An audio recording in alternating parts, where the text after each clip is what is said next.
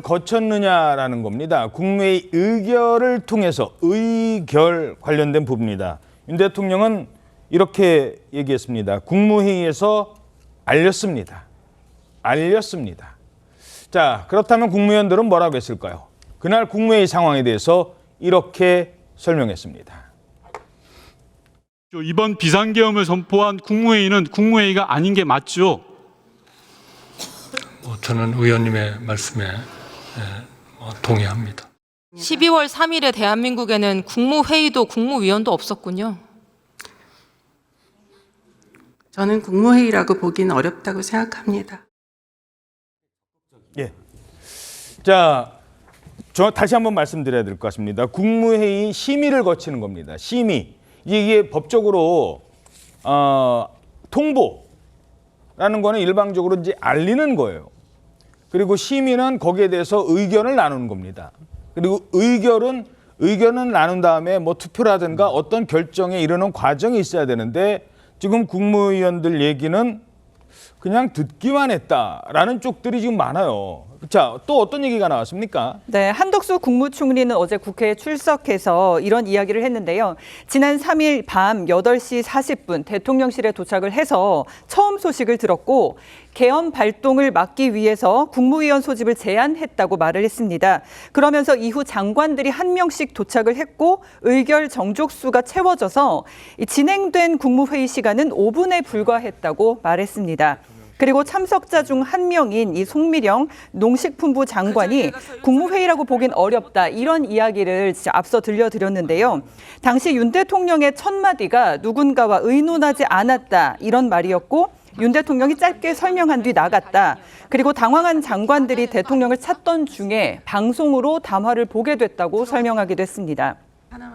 또 국무회의 규정에 따르면 회의록이 작성되고 대통령 보고와 국무위원 송부가 이루어져야 하는데 대통령실은 행안부의 회의 자료 요청에 발언 요지는 보유하고 있지 않다고 답한 바 있습니다. 자, 대통령의 표현에 의하면 국무회의에서 알렸다고 했고요. 자, 이 얘기를 듣고 짧게 설명을 하고 대통령은 나갔다고 합니다. 그 자리에서. 이러자 장관들이 당황을 했대요. 그러면서 대통령을 찾던 중에 방송으로 윤 대통령의 담화를 보게 됐다는 겁니다. 이 상황은 어떻게 보십니까? 대통령은 지금까지 국정 운영을 함께 하지 않았다는 겁니다. 함께라는 말을 왜 하냐면 내각은 정치적인 어떤 자산이에요.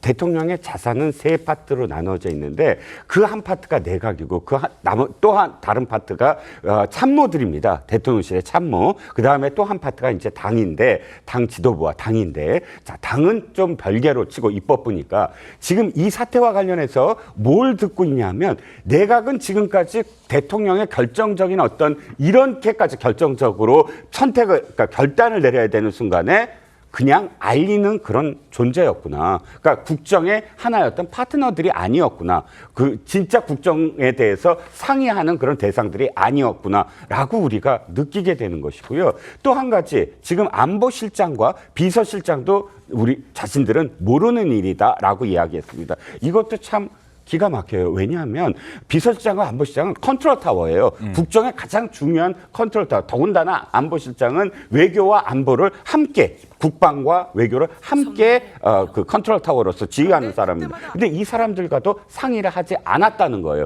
그렇다면 너무너무 지금까지 2년 동안 불안한 그런 국정 운영을 하지 않았느냐. 이 말 그대로라면 독단적인 혼자서 그냥 결정하는 그런 시스템으로 국정 운영했다라고 하는 것인데 안 믿어집니다. 그게 믿어지지가 않아요. 국정이란 건 정말로 서로 필터링을 하고 그 결정이 나오기까지 정말 전문가들과 수기를 하면서 사실 나오게 돼야 되는 것이거든요. 그리고 책임도 어느 정도 분산이 돼야 되고요. 그런데 아무도 그냥 통보만 받았고 그 통보를 그대로 무력하게 지켜볼 수밖에 없었다라는 건 사실 굉장히 무서운 그런 과정이었다고 생각을 합니다. 그리고 또 하나는 이런 어찌됐든 뭐 국무위원들이 왔고 이거를 일방적으로 통보를 했든 어찌됐든 여기에 대해서는 국무회의라는 게 열렸으면 회의록이 있어야 되는데 그렇죠. 현재 지금 대통령실에서는 회의록은 없다라고 하거든요. 이건 이제 앞으로 법적인 타당성, 어떤 이런 행위에 대한 타당성을 따지는 데도 중요한 근거나